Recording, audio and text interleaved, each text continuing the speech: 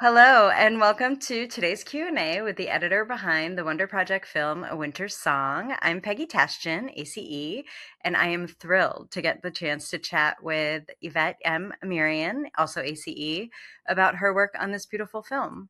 First, Yvette, congratulations on your second Eddie nomination. Thank you so much, and thank you for your time doing this. I'm so excited to talk to you about this film. I'm really excited to get to talk about this film. I got to see it as part of the Armenian Film Festival last fall in a room Mhm. full of Armenians, and that was just Yes. a very special screening. And I'm just excited that more people get a chance to see it. Likewise, Um, I'm very excited. Thank you. yeah, of course. And I guess let's start at the beginning. What drew you to this project? How did you get involved? Mhm. How did you decide to take it on? Yeah, well, the way I heard about the project was through one of the producers who also happens to be the lead actor of the movie, and he and I have been friends for a long time, and he came to me and said, "Hey, I've been cast in this movie. Will you read the script?" And I read it, and what really drew me to it from the beginning was, I've had the privilege of working on a few different Armenian projects, a couple of short films. I've consulted on a feature, and some documentaries and things like that, and it was the first time I had seen something about the culture and the community that was represented in a really positive and joyous light. I think our stories, the films that I have seen made about our culture tend to lean a little heavily on the darker part of our history and the sad part of our history, the tragedies. And while I think those are really important, and I'm so, I respect the filmmakers who have made those films, including the people who I have worked with, it was really unique to see something that really highlighted the joy of the culture and what it means to be someone from the diaspora going to your homeland or your parents' homeland. And that's something that I think, you and I have spoken about and relate to, something that I experienced the first time that I went to visit Armenia. So it was really unique to see kind of a movie through someone's eyes who I could relate to and who felt really relevant. And I think historically, even though we have had like some minor representation in mainstream media, it's often it's often misrepresented. And so to have something like this that felt accurate, that felt timely, that felt really relevant, and that also felt really universal. I think the whole time that we were making this, while yes, we wanted to be able to share our culture and our community, we didn't want to hit people over the head with it. And we wanted it to feel like it was any other film within this genre that you could relate to. It just happened to be set in this unique place that maybe you wouldn't otherwise be exposed to. So it felt like it was done through this universal spirit of coming home for the holidays, which I really loved and gravitated toward. That's what I really loved about it too, that it felt like a universal story, not just specifically an Armenian story. Yeah. Although for me, also being Armenian, it hit those Yeah. parts as well. But Yeah. yeah, I thought that was really special. How did working, on such like a culturally specific Mhm. film influence some of your editorial instincts or priorities? Did you feel like you had to cut differently because you were Mm. trying to showcase, Yeah. your heritage? Not, yeah, not necessarily. I mean, it's funny. I got this question recently because I had worked on an Armenian language short film that actually qualified for the Oscars last year or the year before, and someone asked me like, "Oh, do you approach it differently because you're cutting in a different language?" And I said, "No, because I grew up speaking that language and it feels the same to me as cutting in English."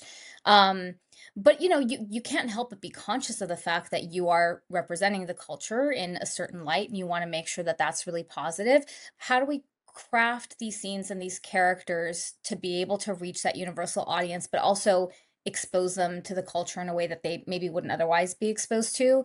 So that would include things like, particularly with showcasing the country, um, we had these beautiful drone shots that our cinematographer Mikkel Markasian captured, that really showcased all the different landmarks without really telling you like this is this landmark or this is this monastery or this is this. It just sort of showed you that this is how this place looks. And then we had these really fun sequences, especially the dinner sequences that leaned on the chaos of Armenian culture. And I'm sure you've experienced this as well, and anybody, I think, from cultures like ours, that coming together for dinner and everybody trying to feed you and making you feel guilty if you're not eating something. We're not saying that verbatim, but you're seeing it and having to pace that in such a way that you feel that energy was really important and something that we crafted very carefully that involved, the music that we were choosing that our composer Armand put together. We were fortunate enough to have an Armenian oud player and a kanon player, which are two specific instruments to the culture, come in and record that, and we were able to infiltrate that into the score in very kind of minor ways. But that particular piece of the score, we really like went all in and said, okay, we're gonna use this to help you feel like you have walked into these people's house and they are sitting you down and giving you all the different food and making you eat and asking you a ton of questions. And that's how it is, right? Like when you go to your grandma's house or your mom's house now, it's like, have you eaten anything? Here, have this, try this. How was your day? It's just that constant barrage of feeling that energy, which is a wonderful thing. And I miss it about my grandmother's house truly. And so it was really nice to see that captured on screen in this way. I do think that those like eating moments were all cut specifically really well because Thank you. I felt that the camaraderie and the like coming together around food, but also just the pace of it, the way that everyone, when you go to visit like your home country, everyone sort of wants to just feed you and show you all the food. I thought you did that specifically very well. Like it was just so fun to watch, and I could feel what she was feeling, like the excitement, and it's a little overwhelming, but also like you're so grateful to be surrounded by family. It was really well done. We had 8 characters, I think that's 8 key characters in that scene. Everyone had a lav mic on them. We obviously had a boom. So I was that scene, what took the longest was designing the sound of that, just making sure I was carving out, like, there's a woman in the background saying, did you try this particular food? And then the uncle's like, you have to try this cheese. And, meanwhile, the uncle's saying, pour wine. And the cousin's like, she just got off a long flight. And there's these little things that if you're not really like they're there, but they're not, super elevated. And we played with that a lot in the mix to make sure that it felt like it was the right level with the music. And we experimented with that quite a bit. So that was fun. And that idea of food as like a love language, we really tried to do that in several scenes. That was a very and those were the types of things that we were utilizing. Like, this is what our music sounds like, this is what the places look like, this is what it feels like to come into our homes. You're showing it rather than telling it, and we really were very calculated about how we did that. Yeah, it was very well done. Thank Um, you. well, were there moments, I guess, editorially that changed significantly from script level or from like the original shooting intent as you were Oh yeah. putting the pieces together? Yeah, it was quite a heavy lift in the edit. It was fun to put together, and in no way am I saying that in a negative way. It was actually really, really wonderful and very, very collaborative. We had an amazing producer who I leaned on, my friend Annie Dashtoyan. I was also a producer on the film, and of course our writer and director, who was also producer Angela. She was a first time writer and director, had directed a couple of documentary features, but cutting something or I'm sorry, directing something scripted with actors involved is really a different undertaking. And I think she was very wise in surrounding herself with professionals who were really, I think, at the top of their game, from our composer to our cinematographer. And then with bringing myself in, when I got the footage, I was very quickly able to see things that worked, things that didn't work, suggested some restructures. And thankfully, she was very collaborative and very open. And we worked together, even in rewriting a few scenes, reshooting a couple of scenes. I know we talked a little bit about the dinner sequence, but was there any other sequence that had like a lot of versions or took a lot of turns as you were Hmm. putting the story together? Well, so that there's a sequence with the grandpa, which everybody always comments on and really loves because it's very sweet. And the story, for anybody who hasn't seen it, is he takes her to visit his grandparents who happen to own this restaurant it's one of the oldest restaurants in the region.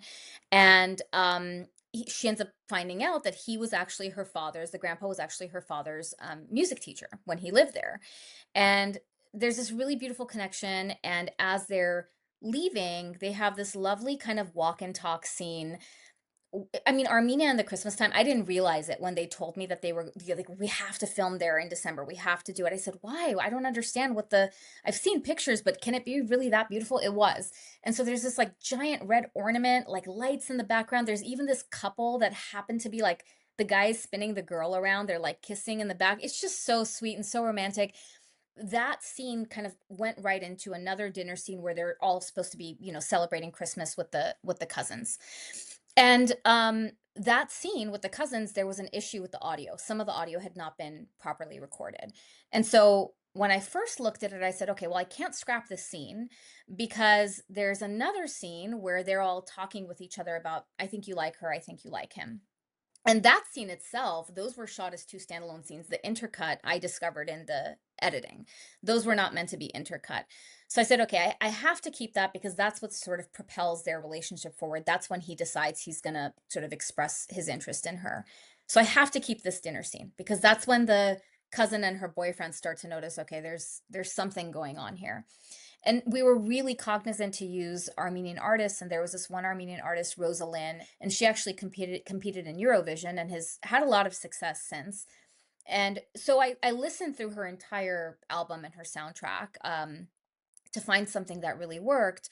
And she had this one song called "Lay Your Hands Upon My Heart," and the lyrics are kind of talking about how there's this sort of unexpected love blooming, and so there's this beautiful scene where the grandpa hands the girl, the main actress, the main character Liana, and says, "I want you to have this drum that your father learned on," and she's very emotionally impacted, and so the song starts, takes you through the entire walk and talk where they're really kind of starting to fall for each other and really escalates into this dinner scene. So me discovering that that track worked was the result of I don't have audio to work with here in the way that I normally would. And so this can't be like a standalone scene where everybody's talking and doing cheers and all of that. It has to feel like it's kind of part of this greater whole. There was a lot of music editing that happened to make that particular song worked, and I'm really proud of how that came together. And just I always love using needle drops, but one of the most challenging things, of course, is how do you balance the lyric with the words? And I so Yeah. I that was one. I mean, I had so much fun crafting that because I think I cracked it. And it's fascinating. Like you can hear their conversation, but you're also hearing the music. And then when it kind of blooms in this one moment where they come together and you start to realize, okay, there's a spark. I just had so much fun putting that sequence together. And I think it goes to show, when you have something that is a challenge, I never look at it as, oh, okay, I guess I have to scrap this scene. How do you find the solution to make it even better than it could have been? So I think I'm really glad you brought that up because I've been thinking about this lately that a lot of, your background is in documentary, a Mhm. little bit of reality. Am I A right little about bit, yeah. Yeah, and It kind of went like reality, documentary features, and then I landed in scripted. yeah, so I also had a background in documentary and unscripted and reality and competition shows. And I feel like because of that, when I get a scene where there's something wrong, it's, I know that I have options to make it work, even if I don't have the best audio or even if something is missing. And I think that it's a skill. I'm always really grateful for my doc and Likewise, yeah, scripted background because I feel like it just makes us better editors in general. Um, absolutely. yeah, do you feel do you feel the same way? I agree. No, 100%. I feel like actually, because you mentioned the other holiday movie that I had caught. That one was not to say like this is not funny and it has funny moments, but that one was really funny because it had like Michael Hitchcock and Leighton Meester and these really amazing comedy actors who do improv so well. And I found that like just having to wade through that mountain of footage, I don't know how I would have done that if I hadn't been a documentary editor before. So I think it really, and I teach at USC and I talk to my students about this a lot, that if something is not working, you have to try it from every single way that you can before you I hate to say even like give up on it because it's rare that I like just give up on something.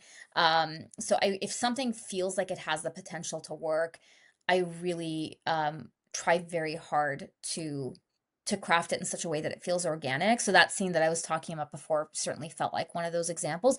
I think that that background in documentary editing it's not just about editing, it's also about storytelling. And I think that's one of the reasons why I was able to look at it even at the script stage and say, okay, here's some things that we could potentially improve. And then like I mentioned, there were a couple of rewrites and reshoots that we had to do. I was very heavily involved in that, collaborating with the director and the producer and our team to pull that together. All of that comes from my documentary background. So I think that was a huge benefit here, in this film and in all the films that I've done, actually. And how many, we've all had to do it, whether it's a TV show or a movie, the restructuring part of it. For me, that's the funnest part of it is like, okay, this works. How can we make it even better? Agreed. Yeah. I mean, it's the puzzle, right? It's like Yeah. figuring out how all the puzzle pieces fit together. And I think, Yeah. um, yeah, I think, I mean, every genre of filmmaking lends to the other, like your Yeah. experience in one can be really helpful in another. Yeah. Um, was there Well, any improv in your film, or was it mostly as scripted? some actually, Kev Orkian, who plays the dad, he's a The pretty dad, well-known oh, Armenian he's comedian. hilarious. Yeah. Yeah. He's so funny. So there were a lot of things that he it was just more of like the mannerisms. And the other thing that we don't like explicitly talk about in the movie that I think a lot of Armenians caught on to and really related to was he's actually speaking Western Armenian, which is a very different dialect than what they speak in Armenia. I speak Eastern Armenian, what they speak in Armenia. We never acknowledge that, but like that's the reason why you hear her saying things like merci, because they say merci instead of shnar, which is the word in Armenian.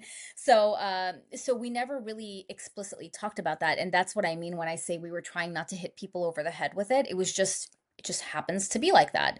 The cousin happens to be from the UK. She happens to be from Canada, and I think that sort of tells people a little bit about the fact that Armenians are very much a diaspora community. And as a result of that, there's been all these dialects that have developed without you really having to over explain it. It just sort of exists. This is the way Armenians naturally are, and that's how we, portray them in the film. One of the things I really want to talk to you about is, editing a movie like this. There was a lot of different things for you to balance. There's the rom-com element, but then there's also like it's a bit of a study on grief. This girl, it's like a year after her dad died, and Yeah, she's still kind of trying to come to terms with it. It's also about exploring your heritage, and then there's also a whole musical aspect to it, which yeah. could have felt like three separate movies, and somehow you made it seem seamless within the Oh, one. thank you. Yeah, and so I just want to talk about the balance and Yeah. how you found the rhythm really for this movie. When I read the script, it felt like a little bit more like a true rom-com, and when I got the footage and started to really study the performances, I realized that it was actually quite a bit more grounded. And I think you know, the four lead characters really got to know each other through the process of filming to the point where they really, I mean, they still are. They're still really good friends, and when you see them together, like at our screening that you went to, I just heard somebody snickering in the screening, and I realized it was the four of them kind of up top, and it just started to feel very organic. It really felt like they were cousins. It really felt like they were friends, and so as I started to get that, I recognized that it could be something a little bit more grounded. It didn't have to be so light. It could have those lighthearted moments, particularly with the father's character, that we were able to lean on a little bit for that comic relief. But the story about her dad's passing in particular was what kind of grounded it for me. And even though we didn't outright say this, I often kind of thought to myself as I was cutting it that maybe that's a little bit of a reflection of the tragedies that we as Armenians have had to deal with, and how do we find joy in the aftermath, because I think that is something that we have had to do in our history. And I felt like that was almost a reflection of what she was doing, that after he's passed, she wanted to go see this place and really rediscovers herself and her voice, and is able to come out of it and kind of give herself permission to be happy. So I think when I received the material and started crafting it, I started to recognize that there could be a bigger opportunity, that this wasn't like just a rom-com. It wasn't just like this kind of, lighthearted film. It could be something a little bit more grounded. So I hope that came through. And I feel like, particularly for our community, I got a lot of that feedback. And then from other people, I got things like, it feels like a really nice warm hug. It just felt like something that it felt like you were home, which was a lovely sentiment that I heard from a few people. So I hope that came through. And that's what I was trying to do as I was doing it and as I was crafting it. And then with the music, Some of the music, a few of the tracks were actually written into the script, and they worked really, really beautifully as far as the needle drops go. And then the rest of it was having to figure out like what is the tone of this? Because some of those needle drops were written into it, it felt like we could give ourselves permission to explore that sound. But we also had an incredible composer who was able to um, craft a score that I think really lent itself to, yes, we were able to craft something that felt like it was in line with the romantic comedy genre, but also really elevated those heavier moments that I think worked really beautifully. Elevated is a great word. I do feel like Oh, it's, thank you. it felt like an elevated, I think I went into it thinking it was just a rom-com, and I Yeah. left feeling like I got so much more out of it than I expected, Oh, thank you. I don't know if that's the right way to say it, but I just that, appreciate that. I left feeling just there's a lot of heart in the movie, and that really came through. And I think I could feel that maybe that was structured in post. Yeah, for sure. Yeah. Thank you. Um, so speaking of the music, did how was it to cut the performances? Was it Yeah. kind of a new thing for you? I've cut a musical before, and it's not the easiest thing. No, it was that was well, it wasn't new for me. I had worked on one other doc series that was pretty performance heavy, and I had worked on actually like a singing competition show a million years ago. So, and I think the last feature that I had actually had a karaoke scene that we ended up cutting out. So, so I have some experience with it. Yeah, I mean, I think the most challenging thing about that was, it's always you want to make it sound real, and she has such a beautiful voice, and any opportunity that we had where she was singing live, we were able to lean into that. For some of the bigger performances we couldn't do that for logistical reasons. um, but there was this one really beautiful scene that in the movie she meets another French Armenian singer, really gravitates toward her and her sound, and there was a scene written into the script where she kind of helps her work on her performance and her song that she has to be working on. And it was written in such a way where it felt like it was kind of part of a montage. So we'd initially cut it as part of a montage. And we realized in doing our initial screenings that, first of all, that montage was in the wrong place. It felt too early. It felt like their relationship was the main character's the love interest and the main character, their relationship was sort of like it was being forced. So I came up with a concept to move that to later, and we ended up having to do like a whole bunch of things. Like, for example, there's a storyline where she loses her necklace. And so that scene, she's wearing her necklace because we had to move it, and she's no longer wearing her necklace. We had to VFX it out. So there were a lot of, little moving parts and things that created some issues, but it worked so beautifully where it was. And now it felt like, well, there's something missing here. So that scene was not shot to be a full scene. It was like, if you're in a music studio, I don't know if you remember the scene, but they're on one side of the glass and the producer's on the other side of the glass, and they're singing the song that we weren't sure if we could clear it. And she sounds so good in that scene, and she sounds like she's really passionate about the song, and it's a beautiful song. And so we ended up using it. We were thankfully able to clear it. And what we did was we positioned it in such a way where we were able to like adjust the sound from one side to the other that made it sound a little bit more organic to what you would sound like in a music studio. So we came up with that in the edit, and that helped. And it really fulfilled the purpose of him kind of slowly starting to fall for her, because initially it's a very platonic relationship and grows.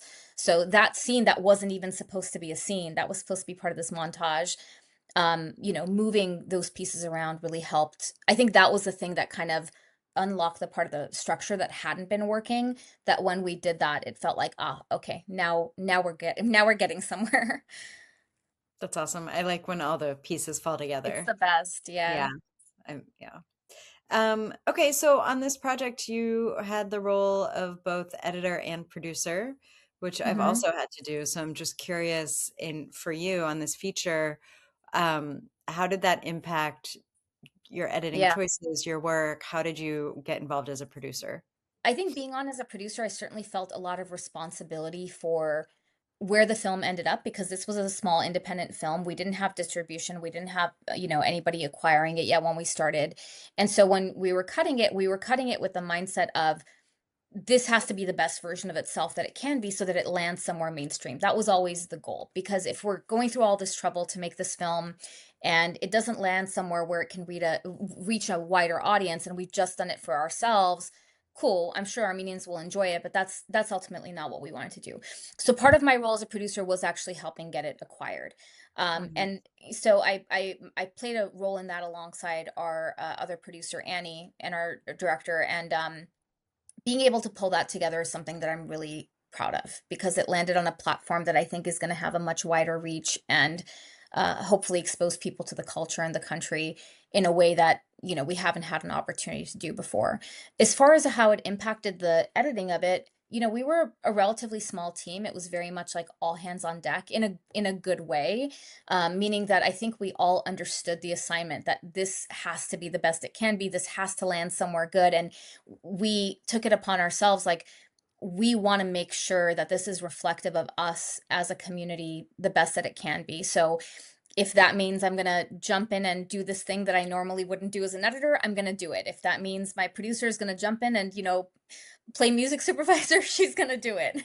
So we had to do those things, and that was okay. I really enjoyed that part of it. So, between the three of us, we were really kind of like the post supervisor, the music supervisor. I was doing a lot of the sound design, that ended up translating to what we were able to eventually mix. I did a lot of the music editing. I worked very closely with our composer because I had temped it really, really closely to what I think, wanted it to sound like and feel like in terms of the tone. So I was sort of just wearing a lot of different hats, but I think that came organically to me. And especially when it's on a project like this that I care a lot about, it's kind of hard not to do that in a way. So it was fun. I really enjoyed that dual process of it. I hope I get to do it more. I really enjoyed it. Yeah. So speaking of getting this film acquired, can you tell us a little bit about, I've never had to do that. Can you tell me a little bit about the process of what that was like and what you had to do? Sure. It was one of those unique situations where everything kind of came together. I mean, between myself and my other producer, we have quite a few contacts that we have built over the course of our career. So we went out to a lot of people. We asked people to get us in touch with other people. We did all the things. We went to sales agents. And I've always seen that happen from afar, but it was not something that I'd ever had to do myself. And there's this organization called Armenians in Media and Technology that both my producer Annie and I are part of. And even before Annie was attached to this feature, we had been put in touch with them because one of the other members happened to work in acquisitions at Wonder Project and was looking to acquire finished content. And so Annie and I have a few other projects in development. We said, well, we have a couple of scripts and some other things we're working on. She said, no, no, no, we're looking for finished content. And I said, well, I'm also working on this other film and it's not done yet, but it will be. And so I put her in touch with the rest of our Winter Song team. And it turned out that it was just a really, really wonderful fit because the entire kind of mission of the Wonder Project is to tell really inspirational stories, and this is a really inspirational story. And they didn't have a holiday movie lined up, and it just sort of fit with what they wanted. And the other kind of layer of this was that acquisitions woman was Armenian. And we have this, I'm sure you've heard the William Sorian quote. There's a very famous writer, William Sorian, I'm paraphrasing here, but it's something to the effect of like, when two Armenians meet anywhere in the world, they'll find each other.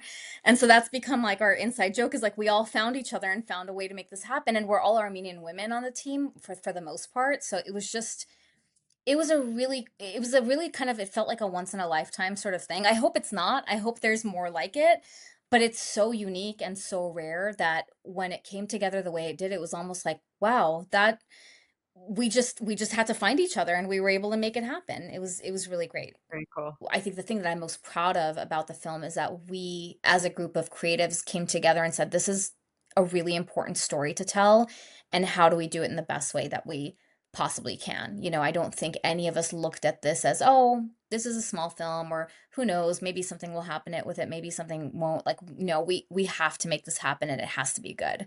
So I'm very, very proud of that, and I'm very proud of how collaborative the process was, and um that we were all able to come together and make it happen. That's the most special thing for me that came out of it. And then to, like, the nomination part of it is just like the cherry on top, because it helps me to know that it's reaching an even wider audience than it otherwise would have, and that's really important for me.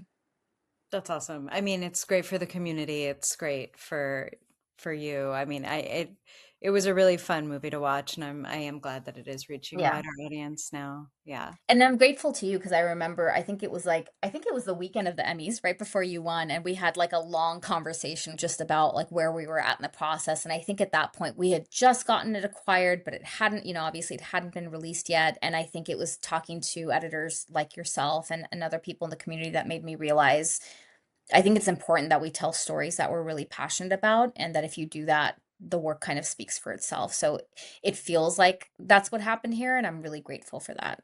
Yvette, thank you so much for talking with me tonight. It is like such a joy to hear you talk about your process of editing and how this movie came together. And I'm really proud of it, and I'm really proud of you. And congrats on your Eddie nomination. For ACE members out there, the category is Outstanding Film Non-Theatrical. You should definitely check it out, and please consider Yvette. Thank you, Peggy. Thank you, everyone. I appreciate it so much. Bye. Bye.